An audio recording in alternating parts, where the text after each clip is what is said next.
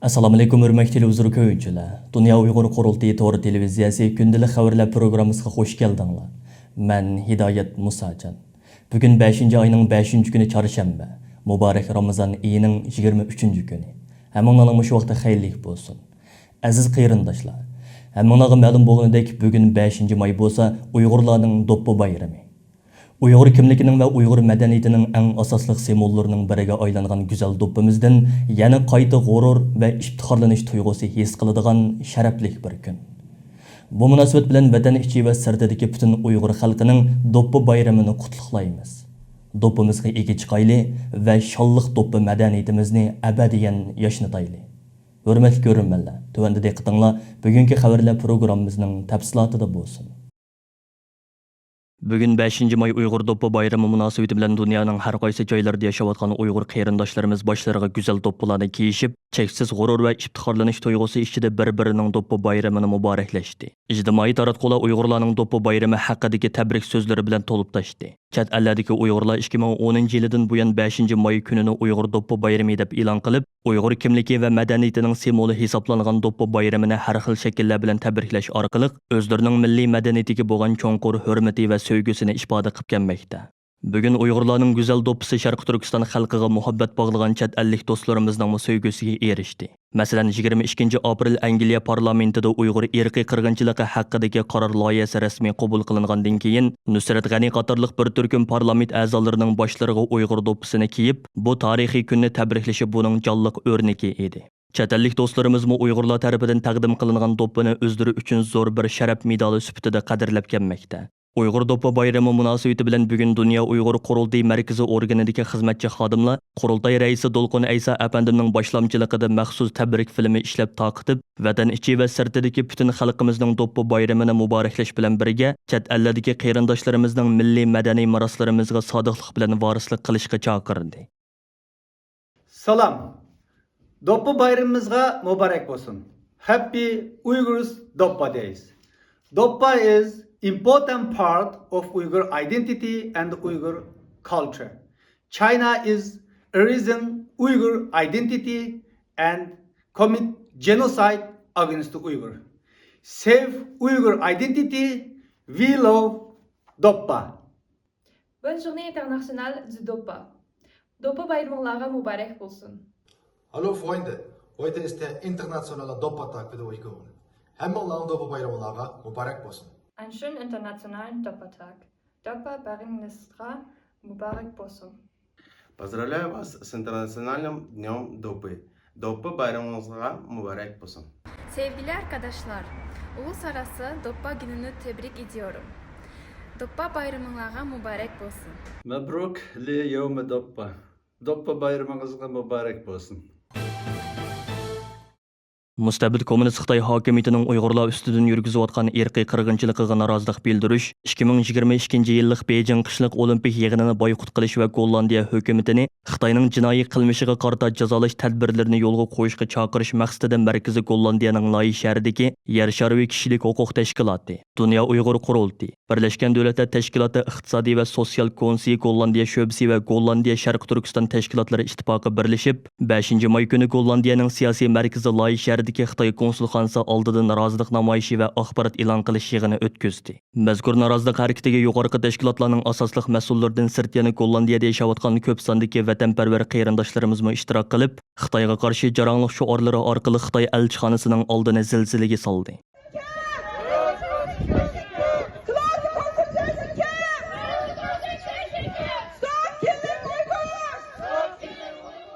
Bu qitimqi faoliyatga atoydan Germaniyadan kelib qatnashgan Dunya Uyg'ur Qurultiyining raisi Dolqun Aysa apandi namoyish va axborot e'lon qilish yig'inida qilgan so'zida Uyg'ur irqiy qirg'inchiligini rasmiy qabul qilib Gollandiya parlamenti tarafidan bu yil 2-oyning 25-kuni e'longan tarixiy qarorni qizg'in qarshi oladiganligini va bu munosabat bilan Gollandiya parlamentiga va mazkur qarorni qo'llab ovoz bergan parlament a'zolariga butun Sharq Turkiston xalqi nomidan qayta rahmat aytadiganligini ifoda qilish bilan birga Xitoyning Uyg'urlar ustidan yurgizayotgan irqiy qirg'inchiligini to'sib qilish uchun butun xalqaro jamoatchilikning jiddiy harakatga o'tishi lozimligini, bo'libmi insoniyatga qarshi jinoyat sodir qilayotgan Xitoydek bir mustabid va diktator davlatda o'tkazilmoqchi bo'lgan 2022 yillik qishliq olimpik yig'inini boyqut qilishning insoniyat dunyosining vijdoniy mas'uliyati ekanligini alohida ta'kidlab o'tdi.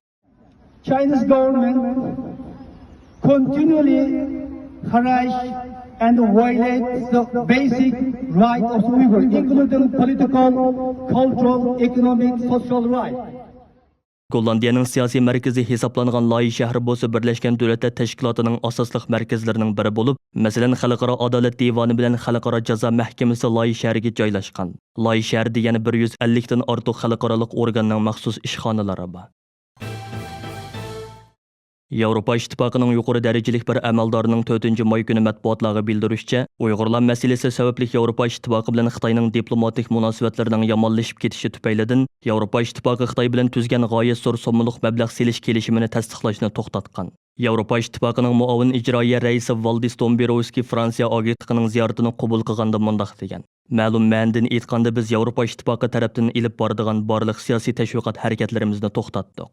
Nihoyat ro'shanki, Yevropa İttifaqının Xitoyga yurgizgan jazosi va Xitoyning Yevropa parlament a'zolariga qaytarma zarba berishi bu kelishimning tasdiqlanishiga foydasiz bo'ldi. Bu kelishimning tasdiqlanishi amaliyotda Yevropa İttifaqı bilan Xitoyning munosabatlarining qanday taraqqiy qilishiga bog'liq.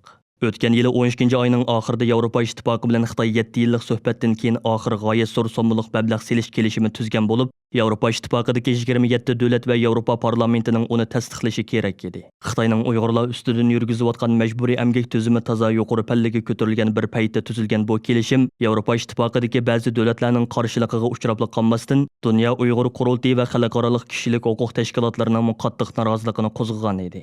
Yevropa İttifaqı bilan Xitoy o'rtasidagi munosabatlarning yomonlashishiga sababchi bo'lgan bir-birini jazolash harakatining qisqacha jarayoni tuvandikicha. Oldi bilan Yevropa parlamenti 2020 yili 17 dekabr Xitoyning Uyg'urlarga qaratgan majburiy emgak tuzumiga qarshi jazolash tadbirlarini yo'lga qo'yish haqida maxsus qaror qabul qildi. Buning bilan Sharq Turkistondagi bostirish siyosatlarida jinoyat javobgarligi bor deb qaralgan Xitoy amaldorlarini jazolash va Xitoyning Uyg'urlarga qaratgan majburiy emgak tuzumiga sherik bo'layotgan va uningdan naf olayotgan Yevropa shirkatlariga cheklash tadbirlarini yo'lga qo'yishning yo'li rasmiy ochildi. 2021 yili 22 mart kuni 27 davlatga vakillik qilayotgan Yevropa İttifaqı Uyg'urlarga qarshi yurgizilayotgan irqiy qirg'inchilikda jinoiy javobgarligi bor deb qaralgan 4 nafar Xitoy amaldoriga jazo yurgizganligini e'lon qildi. Bu Yevropa İttifaqının 1989 yildan buyon tunji qitim Xitoyni jazolashi bo'lib hisoblanadi.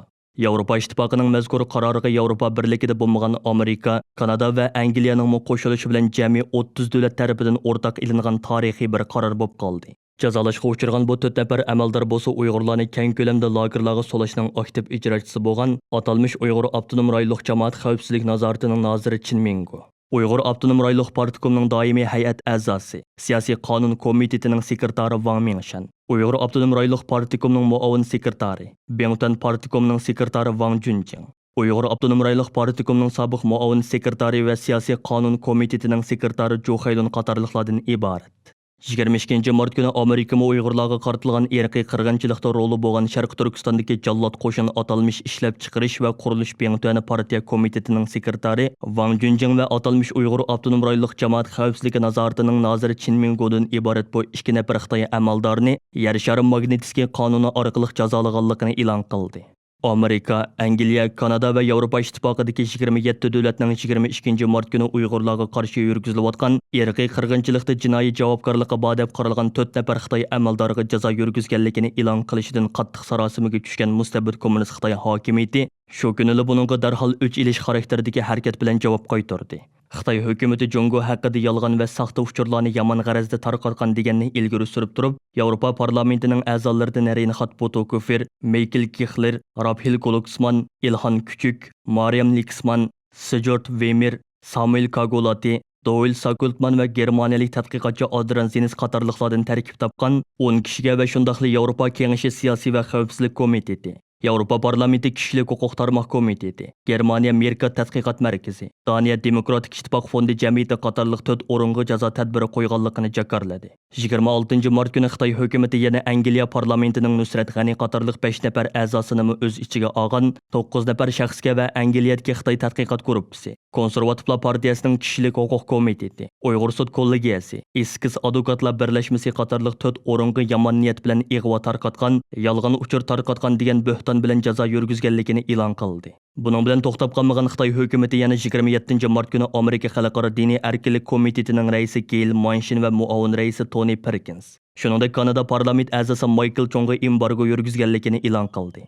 Xitoyning o'ch ilish xarakterlik bu qilmishi Uyg'urlar masalasida g'arb dunyosi bilan Xitoy o'rtasida yuz berayotgan talash tortish va to'qinishning yanada kuchayishiga sabab bo'ldi. Yevropa ittifoqida Xitoyga qarshi sadolar uzluksiz kuchaydi. Angliya parlamenti 22 aprel kuni Xitoyning Uyg'urlarga yurgizayotgan qilmishlarini birdak ovozda irqiy qirg'inchilik deb qabul qilish orqali Xitoyning bu xil o'ktamligiga ajallik javob qaytardi. Kuzatuvchilarning qarashicha o'tgan yilning oxiri Xitoy bilan Yevropa ittifoqi o'rtasida tuzilgan mablag' selish kelishimi Xitoy uchun hayotiy qimmatga ega bo'lib, Xitoy yuqoridagi o'ch ilish xarakterlik embargolari orqali o'zining putiga o'zi palti chapgan. Gollandiya va Angliya parlamentlaridan keyin Belgiya, Litva parlamentlarida Uyg'ur irqiy qirg'inchiligi haqidagi qaror loyihalari jiddiy muzokara qildi. 17 may kuni Germaniya parlamentida tunji qitim Uyg'ur irqiy qirg'inchiligi haqida guvohlik yig'ini chaqirildi.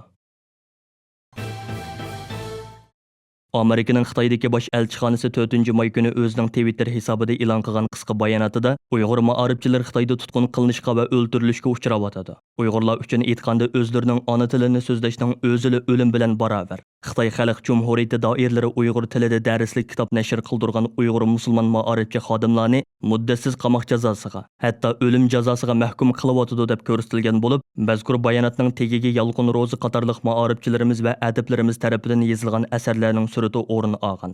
Bu yil 1 aprel kuni Xitoy markaziy televiziya stansiyasining chet ellarga qaratilgan tashviqot kanali CGTN orqali tarqatilgan Ko'langudagi urush nomli tashviqot filmida o'rta boshlang'ich maktablarning darslik kitoblariga terrorizmni va bo'lgunchilikni targ'ib qiladigan mazmunlarni kirgizgan degan bo'hton bilan o'lim jazosi berilib, 2 yil kechiktirib ijro qilish va siyosiy huquqidan umr bo'yi mahrum qoldirish jazosiga mahkum qilingan atalmish avtonom rayonlik ma'arif nazoratining sobiq noziri Sattar Savud, muddatsiz qamoq jazosiga hukm qilingan avtonom rayonlik ma'arif nashriyotining sobiq boshliqlaridan Abdurazzoq Soyim, Tahir Nasir, avtonom rayonlik ma'arif nazoratining sobiq muavin noziri Olimjon Mamtimin va o'xshash jinoyat bilan turmaga tashlangan Uyg'ur adiblaridan Yolqin Ro'zi va Vohidjon Osmon qatorliq ko'zga ko'ringan Uyg'ur ma'arifchilarining ko'rinishlari o'rin olgan bo'lib, Xitoyning mazkur tashviqot filmi xalqaro zo'r qo'zg'olon qo'zg'agan edi.